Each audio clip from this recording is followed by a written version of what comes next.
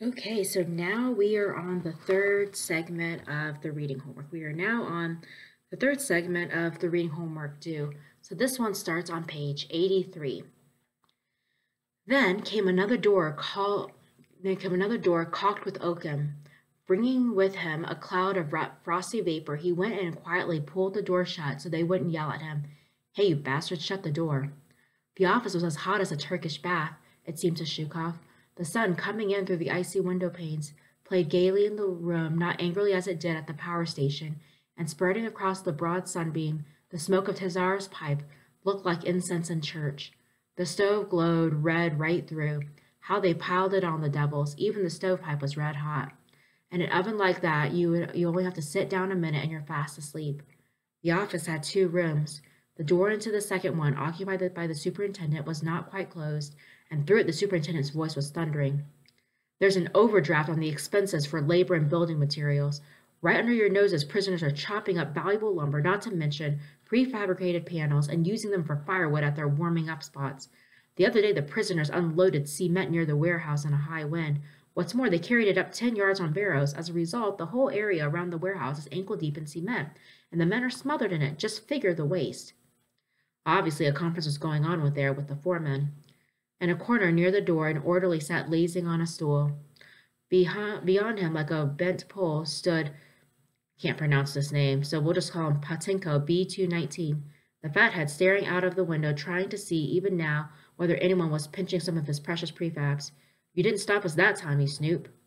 The bookkeepers, also Zex, were toasting bread at the stove. To prevent it from burning, they fixed up a grill out of wire.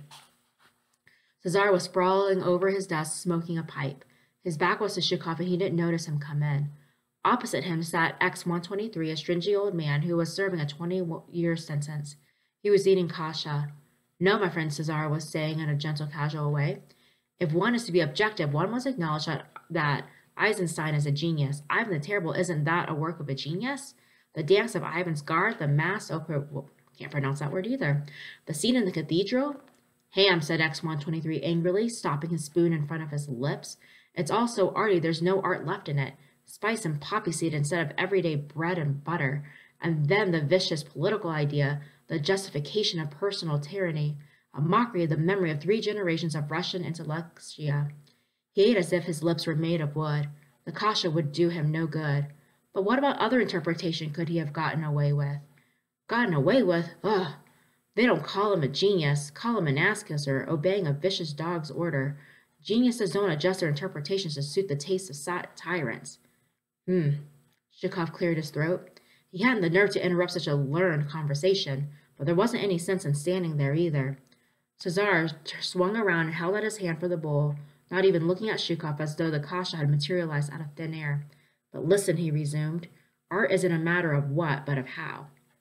X-123 struck the table angrily with the edge of his hand. To hell with your how if it doesn't arouse any worthwhile feeling in me. Zhukov stood there just as long as was decent for a man who had brought a bowl of kasha. After all, Cesar might offer him a smoke, but Cesar had quite forgotten his presence. So Zhukov turned on his heel and went quietly out.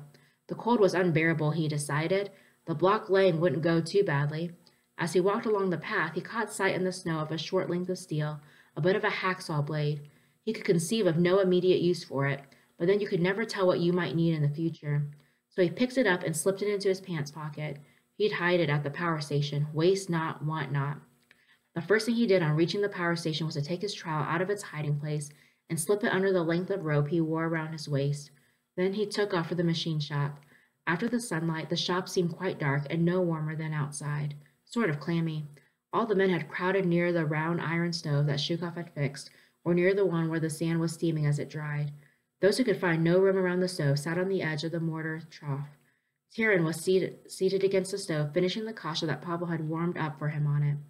The men were whispering to one another. They were in high spirits. One of them passed the news on to Zhukov. The squad leader had been successful in fixing the work report. He'd come back in a good mood. What sort of work he'd found and how it had been rated was Taran's own business. What, in fact, had the whole squad done that first half of the day? Not a thing. They weren't paid for fixing the stoves. They weren't paid for arranging a place to warm up. They had done that for themselves, not for the building site. But something had to be written in that report. Perhaps Cesar was helping the squad leader to fix it up properly. It wasn't for nothing that Tyrion looked up to him. A cleverly fixed work report meant good rations for 5 days. Well, say 4. Out of the 5, the authorities would wangle one for themselves by putting the whole camp onto the guaranteed minimum. The same for all, the best and the worst. Seems to be fair enough, equal rations for all, but it's an economy at the expense of our bellies. While a Zex belly can stand anything, scrape through today somehow and hope for tomorrow. This was the hope they all went to sleep with on the days they got only the guaranteed minimum. But when you thought about it, it was 5 days' work for 4 days' food. The shop was quiet. Zex who had tobacco were smoking. The light was dim and the men sat gazing into the fire. Like a big family. It was a family of the squad. They were listening to Turin as he talked to 2 or 3 of the men by the stove. Turin never wasted his words, and if he permitted himself to talk, then he was in a good humor. He too had not learned to eat with his hat on, and when his head was bare he looked old. He was close-cropped like all of them, but in the light of the flames you could see how many white hairs he had. I'd be shaking in my boots before a battalion commander, and here was the regimental commander himself. Red Army Mandarin at your service, I reported. The commander looked at me hard from under his beetle brows as he asked me my full name. I told him. Year of birth. I told him. It was in the 30s, and I was, let's see, just 22 then, just a kid. Well, Turin, who are you serving? I serve the working people, I replied with a salute.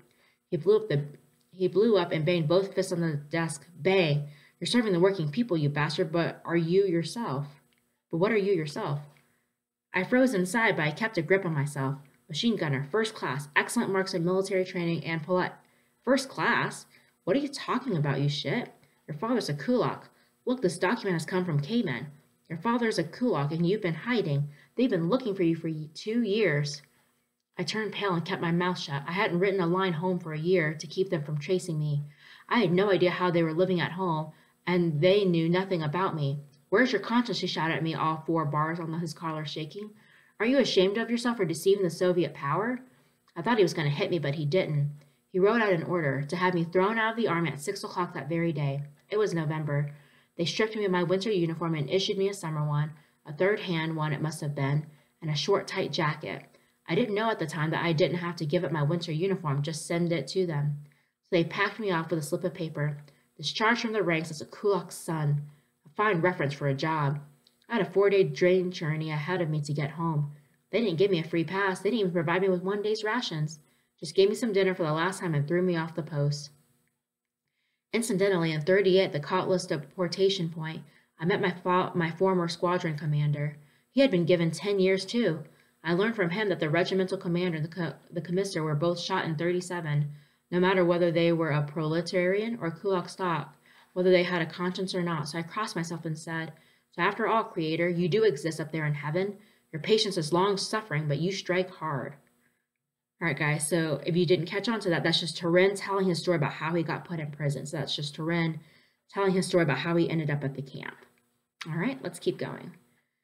After 2 bowls of kasha, Shukov so longed to smoke he felt he died if he didn't, and reckoning he could buy those 2 glassfuls of homegrown tobacco from the Let in Barrack 7, he said in a low voice to the Estonian fisherman, Listen, Aino, lend me some for a cigarette till tomorrow. You know I won't let you down. Aino gave him a hard look and then slowly turned his eyes to his brother. They shared everything. One of them wouldn't even spend even a pinch of tobacco without consulting the other. They muttered something together, and Aino reached for his pink-embroidered pouch. Out of it, he extracted a pinch of tobacco, factory cut, placed it in Shukov's palm, measured it with his eye, and added a few more strands. Just enough for 1 cigarette, no more. Shukov had a piece of newspaper ready. He tore off a scrap, rolled the cigarette, picked up a glowing coal from where it lay at Turin's feet, and drew and drew. A sweet dizziness went all through his body, to his head, to his feet, as if he had downed a glass of vodka. The moment he began to smoke, he felt, blazing at him from across the length of the shop, a pair of green eyes, Pettikov's. He might have relented and have given him a drag, the jackal, but he had seen him pulling one of his fast ones already that day. No, better leave something for Senka instead. Senka hadn't heard the squad leader's tale, and sat in front of the fire, poor guy, his head on one side. Tyron's pock-marked face was lit up by the flames. He spoke calmly as if he were telling someone else a story. What rags I had. I sold for 1/4 of their value. I brought a couple of loaves from under the counter. They had already started bread rationing. I had thought of hopping onto a freight train, but they would just introduce some stiff penalties for that. And if you remember, you couldn't buy tickets even if you had the money. You had to produce special little books or show travel documents. There was no getting onto the platform either. Militiamen at the barrier and guards wandering up and down the lines at both ends of the station. It was a cold sunset and the puddles were freezing over. Where was I going to spend the night? I straddled a brick wall, jumped over with my 2 loaves, and slipped into the public toilet. I waited in there for a while. No one was after me. I came out as though I was a soldier passenger. All right, guys, that's the end of our third segment. All right, end of our third segment. God bless you, and don't forget your annotations.